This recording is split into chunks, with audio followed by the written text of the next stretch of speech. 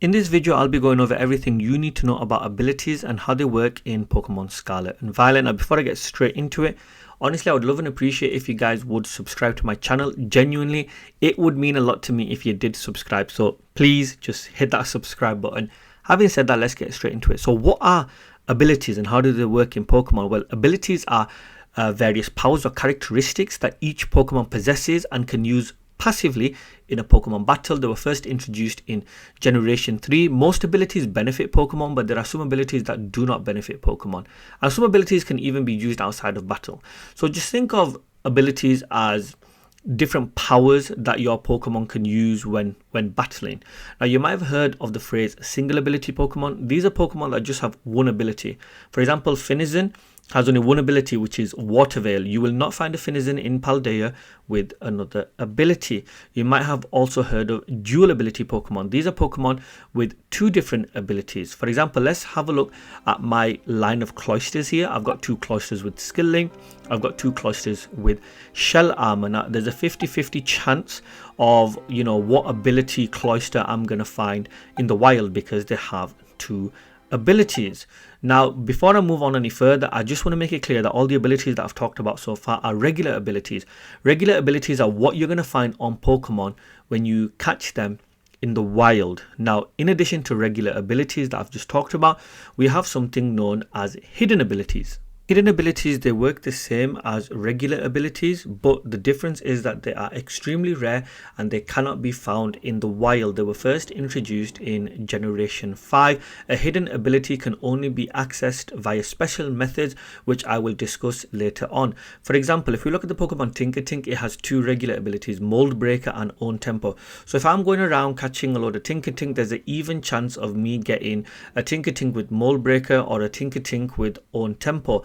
But Tinkertink also has access to a hidden ability known as Pickpocket, but I will never find a Tinkertink with Pickpocket in the wild. So if you think you're going to find a Tinkertink with Pickpocket just by walking around Paldea, that's not going to happen. The only way that I can get a Tinkertink with Pickpocket is by going through special methods, and as I said, I'm going to talk about that later on.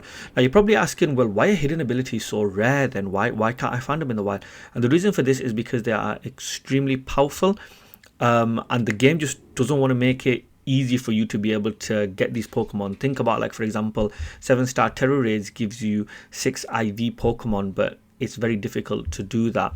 So before I move on any further, I just want to make it clear that regular abilities are found in the wild. However, hidden abilities are found via special methods. You will always find a regular ability on a Pokemon, but you will not find hidden abilities on a Pokemon just by going around in the wild. Another point that needs to be mentioned about abilities is that a Pokemon's ability can change its type defenses.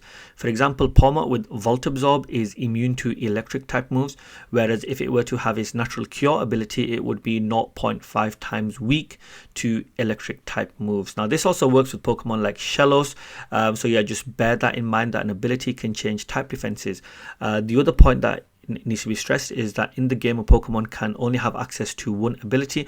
The way that you can check what ability your Pokemon has is by simply hovering over the Pokemon, clicking check summary and hitting the D-pad one space to the right. Now, moving on, you can actually change a Pokemon's regular ability. The way you can do this is through an item known as an ability capsule, which you can purchase for 100,000 Pokédollars from the Chansey supply store. You can only purchase them once you have beaten the main storyline and seen the end credits roll.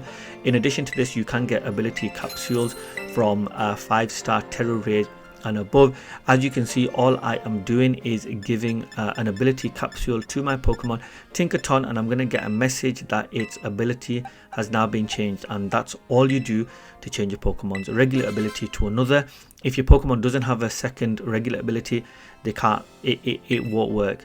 Now, the reason why you may want to change a Pokemon's regular ability is because if you've got like a level 100 fully IV trained Pokemon with the correct natures and all of that, and you want to use it in a different way, then that would be probably a reason why you would want to change its regular ability.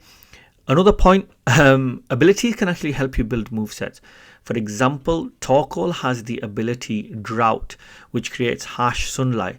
This means that the move Solar Beam doesn't need a turn to charge up, so it can be used on the turn. It's you want to use it.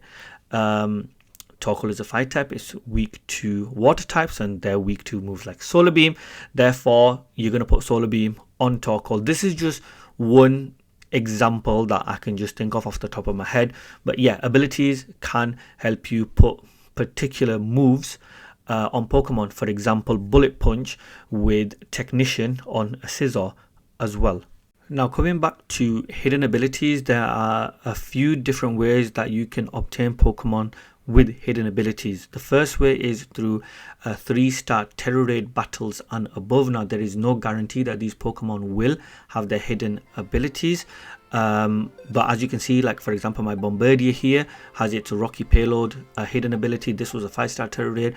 My Tatsugiri has its Storm Drain ability, which is a hidden ability that is also through a 5-star Terror Raid, but it's not guaranteed that they're going to have the hidden ability. The second is through breeding. If you breed a Pokemon who has its hidden ability already with a Ditto, there is a 60% chance of passing on that hidden ability. The drawback here, however, is you need to first find a Pokemon with a hidden ability. The third way is the guaranteed way, which is through an item known as an ability patch. Now, an ability patch can change a Pokemon's regular ability to a hidden one. It can also change a Pokemon's hidden ability to a regular one. And the third point is that it doesn't work on Pokemon who have no hidden ability. The problem is ability patches are extremely rare.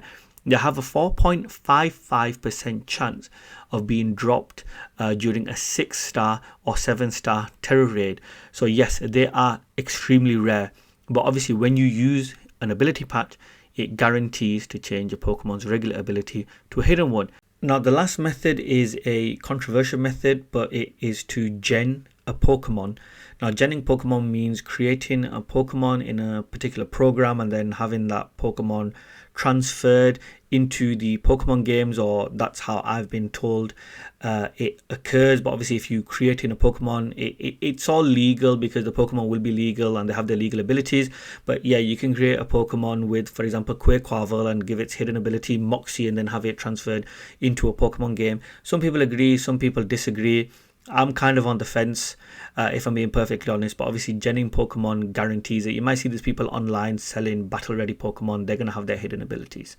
But yeah, it's up to you if you want to do that. And I think that's everything about abilities. I hope you found this informative, and if you have, definitely do subscribe to my channel, give it a like, and hopefully I'll see you guys next time.